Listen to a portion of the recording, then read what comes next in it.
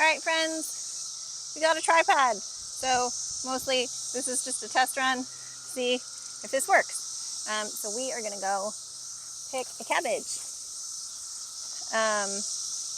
We had a bunch of cabbages ready, most of which I have picked already, but we are gonna pick one more just to show you kind of what we're looking at here. And then I will take you inside and show you what we are planning on doing with this cabbage. All right, so we're gonna come down here. Again, still working on figuring out what I'm doing here. So this is the cabbage that we're gonna be working on. And you can tell it's ready because it's starting to split. Now, none of the others had split, and this one's a little bit small for having split. But I'm just gonna come down at the base here and just cut it off that root. Okay, and it just comes away like that. And then you just take off some of these outer leaves and we take this inside. Now, once we get inside, I am going to soak this in a salted water bath, just in case there are any slugs or caterpillars or little bugs of any kind that are in there for at least a half an hour. And then I'll show you what we're going to do next. All right, friends, today is sauerkraut day. We are getting an abundance of cabbage in from the garden. I think I showed you when I picked one of these the other day. We have 5 cabbages. I did not let them get bigger than this because they were just overcrowded. So there are still, a dozen more cabbages out there. But today we're going to try and make sauerkraut. So sauerkraut is a fermented food. And there are some really important things that you have to know in order to ferment food. The first is that you have to get everything very, very, very clean. So the counters have been cleaned. The jars have been washed with hot water and soap. Everything needs to be really, really clean. We're only trying to grow just the right kinds of yeast and bacteria, and not everything in the world. For sauerkraut, it's actually super easy because the only things you need are the cabbage and salt, and it will make its own brine. But if you were brining other vegetables, I really like fermented carrots, is one of my favorites. Obviously, cucumbers, you can make fermented pickles instead of vinegar-based pickles. To do those things, your water is really important. You cannot use normal city tap water with the chlorine in it. So a lot of people will go out and buy distilled water, or if you live out in the country and you have well water, you can certainly use your well water. But I am too lazy and don't think ahead, so I don't do either of those things. I have a teapot. As long as the teapot boils the water and then it cools, I can use that, or I happen to be blessed with a refrigerator with a filter on it. Filtered water works too. So you just need to get that chlorine out of it somehow, because the chlorine will also inhibit the good bacteria, and then bad bacteria and molds and things can grow. The other thing that you need to know is that you have to have non-iodized salt. So you can't use just regular iodized salt, table salt. You have to use some kind of non-iodized salt. Now this is just pink salt from Costco because it was on sale the last time I was there. And this is enough to get me through this project, but we'll probably need some more. But kosher salt, sea salt, canning salt, Redmond's real salt, lots of different salts will do as long as it's a non-iodized salt. Will work. And then you'll see as we get into this, the last thing is that whatever foods you have in the liquid, they have to stay below the level of the liquid. If they come above the level of the liquid and the oxygen can get to them, then again you have risk for molds and other gross things to grow that you don't want. So we're going to get into this. I'm going to cut up a whole bunch of cabbage. I actually have a very large pot over here that I'm going to put it in to start with. And then I'll show you what we do once we have it all cut up.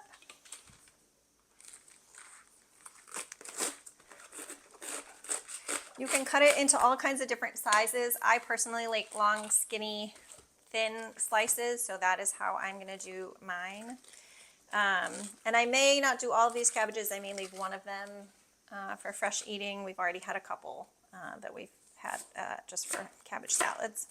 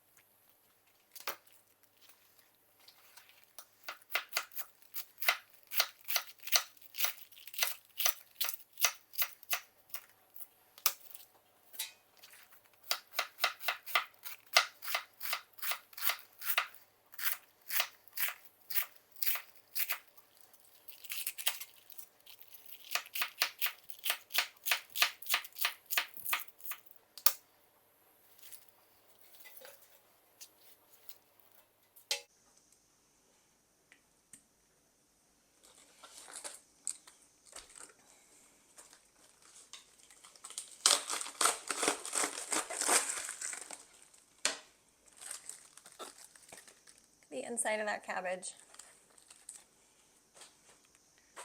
Nice and firm. So the cabbage leaves that you're peeling off, you might want to keep around. There are a couple different ways of keeping the cabbage below the liquid level, so I'll show you that in a minute.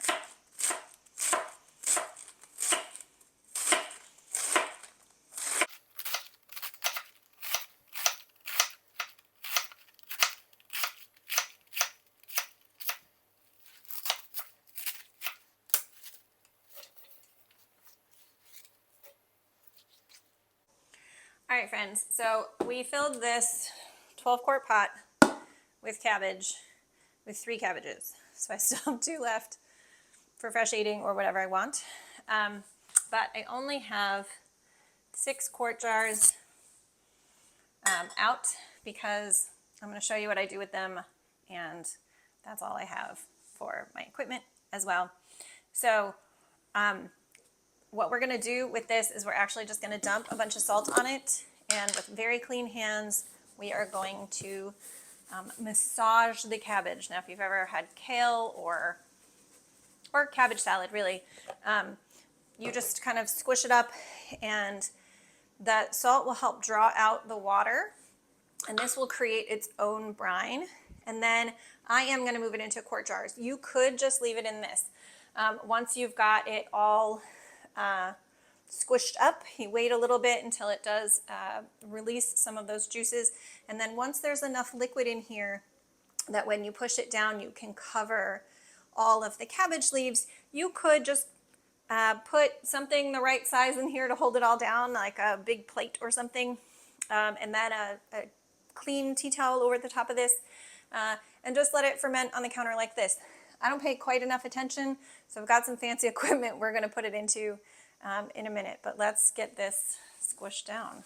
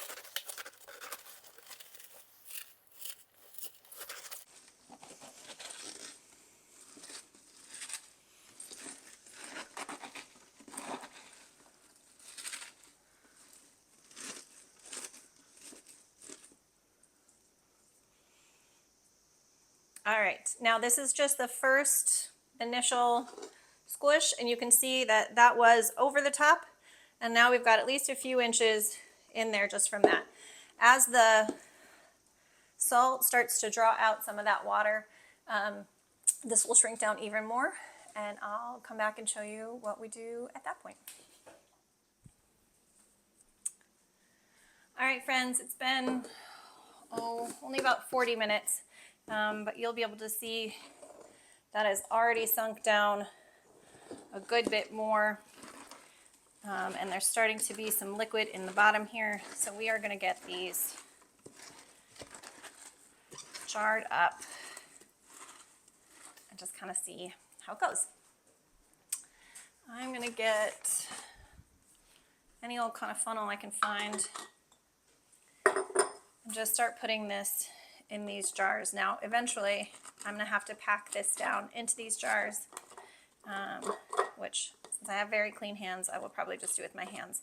But there are some fancy, beautiful wooden tools for that that exist in the world. So if you don't like getting your hands dirty, there are other ways of doing this. But I have always found this to be the easiest, just using my hands to really shove it down in there. And if I do decide that this isn't liquidy enough, I can always top it off with a little bit of water. Sometimes I end up having to do that. I don't think this cabbage is going to need that, but we'll see.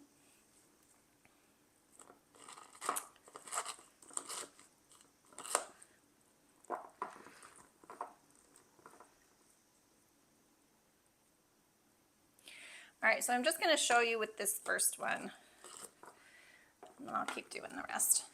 So we do want it really well packed in there. It is starting to produce a little bit of its own liquid.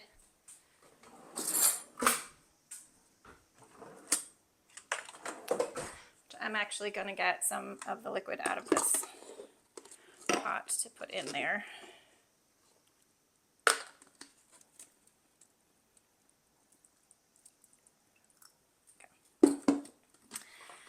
So that's really what you want to see. You want to see this liquid level at the same, I don't know if you can see that, at the same level as the food.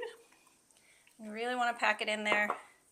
I might be able to fit a little more in there, but I'm not sure. So what I use is these cute little glass weights that go in there, and they hold that down, but I think I need a little more in there before it'll hold it down. Now I have the ones with the cute little knobs on the top. Even that does not guarantee that you'll be able to fit your hands in there and pick it back up again, because they get wet and they're glass. So they are very slippery. But, all right, so that is a little bit better, and you can still see, if you can see that liquid line there. So then, normally I would do all the jars and then rinse off my hands, but we're going to put the weight in there, and that will hold all of that down below the level of the liquid. And then I have these little cheater tops. So the thing about fermenting is that it'll start creating gas from the bacteria in there. And if you don't burp your lids regularly, you could get something that explodes. This has a little one-way valve that just lets it out. There are a whole bunch of different types of these fermenting tops. This one is the brillenti. And these are just super easy. You literally just screw them on. They will push that weight down even more once they're on. And they actually have, here I'll show you on a different one. They actually have a little calendar here, so you can set to what date, there's numbers all around, you can set it to what date you started this, so you know about when to check. The warmer it is, the faster the ferments will ferment, and the more sour they will get. Different people like different levels. I think my cabbage usually only takes anywhere between 4 to 7 days to get to a fermentation level that I like. And so it just sits out on the counter in a corner, dark corner that's not near sunlight or heat.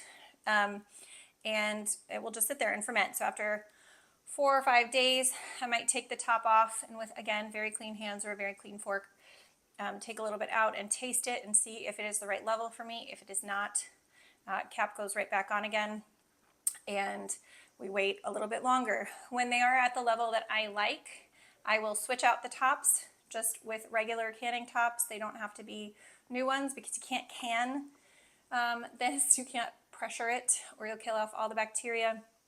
But I'll just put a regular canning lid on it and put it in the fridge. And we've had them last really tasty for up to a year. It kind of depends on what you put in it. Cabbage and other soft things, so I've done it with kohlrabi and things like that, usually are best within the first couple of months, just because they do continue to soften. You know, the fermentation process is still happening, it just happens very slowly once you put it in the refrigerator.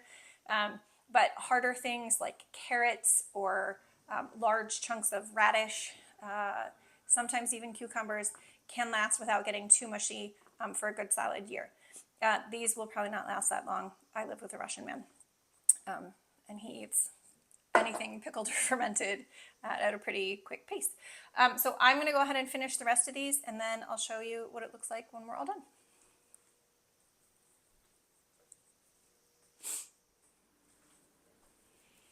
All right, friends, so we got 4.5 quarts of the cabbage from those 3 heads of cabbage.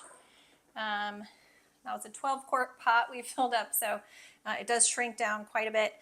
But since I had all of the things out to do at least 6 tops worth, and that's only 5, I did decide to go ahead and ferment a jar of our cauliflower.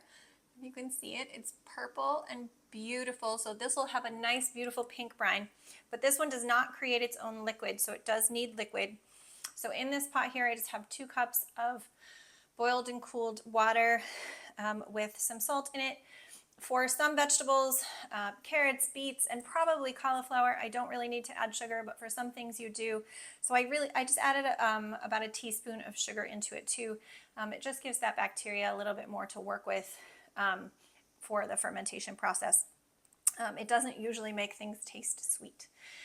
So we're just going to pour this brine over here and then jar it up, lid it up just the same as we did before. I lost my funnel, give me a second. All right, and we are just going to pour that brine in. I only did 2 cups of brine. I hope that that is enough to cover this. If it's not, I'll just get a little tiny bit of water, but I think that we will be okay here. So I am, for this one, going to debubble, make sure that all of that liquid is in there and that there are no air holes in here, because for fermenting that can make a huge difference. It makes a pretty big difference for canning too, but for fermenting it really does. I'm just going to add a touch more water. Luckily, like I said, I've got this filtered water here. I can just add a little bit more of the cold filtered water.